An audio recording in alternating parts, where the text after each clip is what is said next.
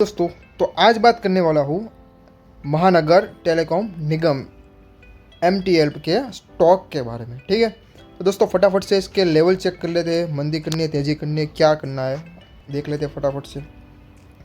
दोस्तों ये स्टॉक फिलहाल 48 से 43.50 पैसा पे आ गया है और मेरे हिसाब से अभी 22 रुपीज़ तक ये स्टॉक जा सकता है।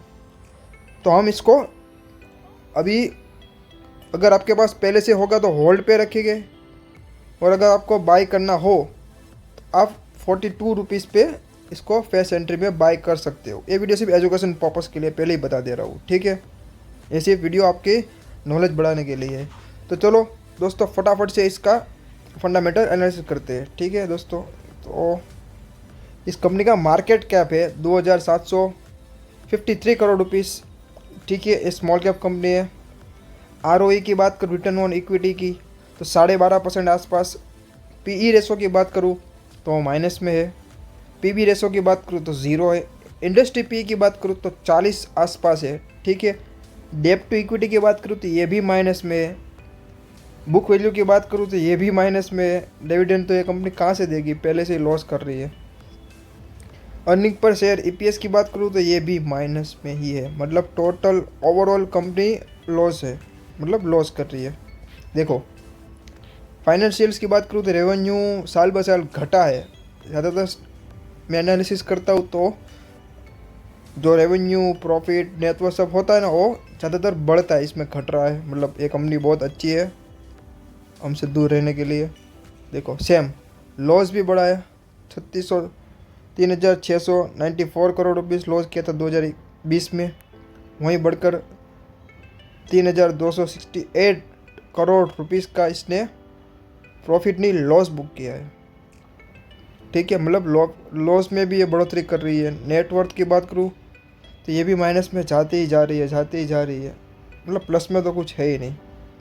देखो फिर भी प्रमोटर्स के पास 56% की होल्डिंग है, रिटेल के पास 30% और DIS जो हमारी सरकार रहती है उसके पास 13.5% आसपास। FIS के पास 0.50% आसपास। म्यूचुअल फंड नहीं है इसमें, ठीक है। और थोड़ा एनालिसिस करते हैं तो मैं लिखूँगा MTL में नहीं आ रहा, महानगर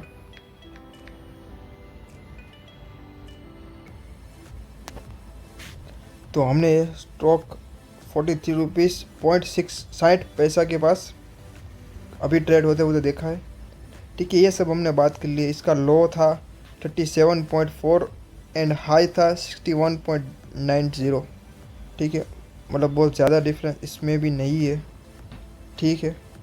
ये सब बात करूँ तो इसमें देखो प्रॉफिट आफ्टर टैक्स, सरकार को टैक्स जो बनता था वो तो बनता ही नहीं है ना, लॉस है तो, ठीक है। मतलब सरकार को कोई टैक्स नहीं बनता, सब लॉस में ही है। टैक्स कहाँ से देगी, पहले से ही लॉस में है। तो देखो अच्छा है और बुरा है, प्रोस एंड कॉन्स की बात करूँ तो अच्छा है तो इतने गिना ही नहीं सकता क्योंकि है ही नहीं, ठीक है।